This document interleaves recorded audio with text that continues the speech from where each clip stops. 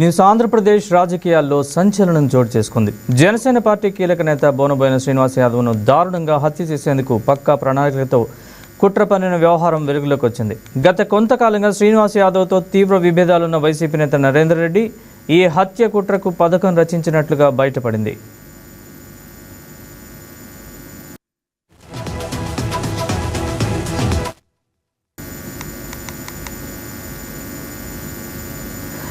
Srinivas యాదవ్ని మట్టిపెట్టేందుకు YCP నేత నరేందర్ రెడ్డి ఓ rowdy షీటర్తో ఒప్పందం కుదుర్చుకున్నారు.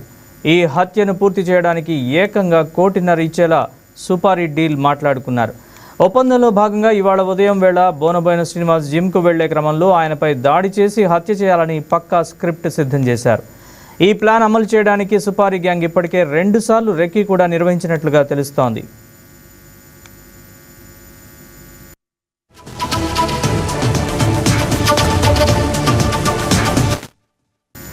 బోనబోయిన శ్రీనివాస్ యాదవ్ హత్యకు జరిగిన పక్కా కుట్ర వెలుగులోకి రావడంతో ప్రధాన నిందితుడు నరేందర్ రెడ్డి పరారీలో ఉన్నారు. ప్రస్తుతం అతడి కోసం పోలీసులు గాలింపు చర్యలు ముమ్మరం చేశారు. గతంలో జరిగిన అసెంబ్లీ ఎన్నికల పోలింగ్ రోజున పెమ్మసానిపై దాడికి యత్నించిన ఘటనలో కూడా నరేందర్ రెడ్డిపై పోలీసులు కేసు నమోదు చేశారు. ఈ హత్య కుట్రపై పూర్తి వివరాలు సేకరించేందుకు పోలీసులు దర్యాప్తు వేగవంతం చేశారు. నమస్తే అండి, నా పేరు నరేందర్ రెడ్డి. ఈ రోజు మీడియాలో ఏదైతే ప్రచారం జరుగుతుందో వైసీపీ నేత నరేందర్ రెడ్డి అని కావాలని పార్టీ రంగు పులుముతున్నారు.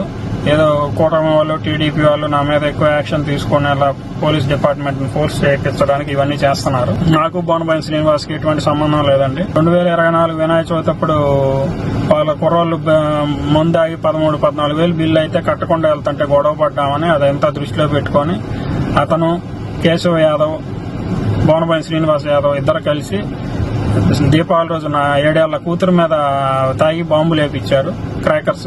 దానికి మల్టిపుల్ టైమ్స్ చెప్పాం, రియాక్ట్ అతను కొట్టాల్సి వచ్చింది.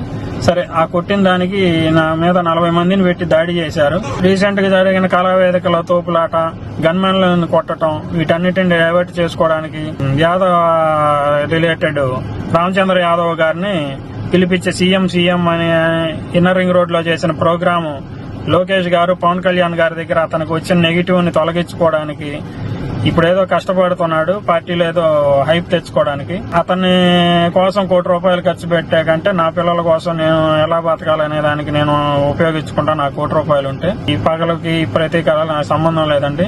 14 కేసులో 18 కేసులో ఉన్న వాసు బబులు అని అతన్ని తీసుకొని వచ్చి నేను అతన్ని సుపారీ మాట్లాడినట్టు ఏదో చెప్తున్నారు. అదే బబులు ఈ రోజు బయటే తిరుగుతున్నాడు తాగి. మొన్న గురువారాల్లో నగరంపాలెం పోలీస్ స్టేషన్ లో ఓపెన్ డ్రింకింగ్ అని తీసుకెళ్లారు. ఆ తాగి ఉన్న బబులు పోయి ఎస్పీ గారికి ఎలా కంప్లైంట్ ఇచ్చారు. ఎస్పీ గారు బోనబోయిన శ్రీనివాసుని పిలిచి ఇట్లా కంప్లైంట్ వచ్చిందండి, మీ మీద ఏదో థ్రెట్ ఉందని అన్నారు అని ఇతను చెప్పటం, నా మీద కంప్లైంట్ ఇవ్వటం జరిగింది.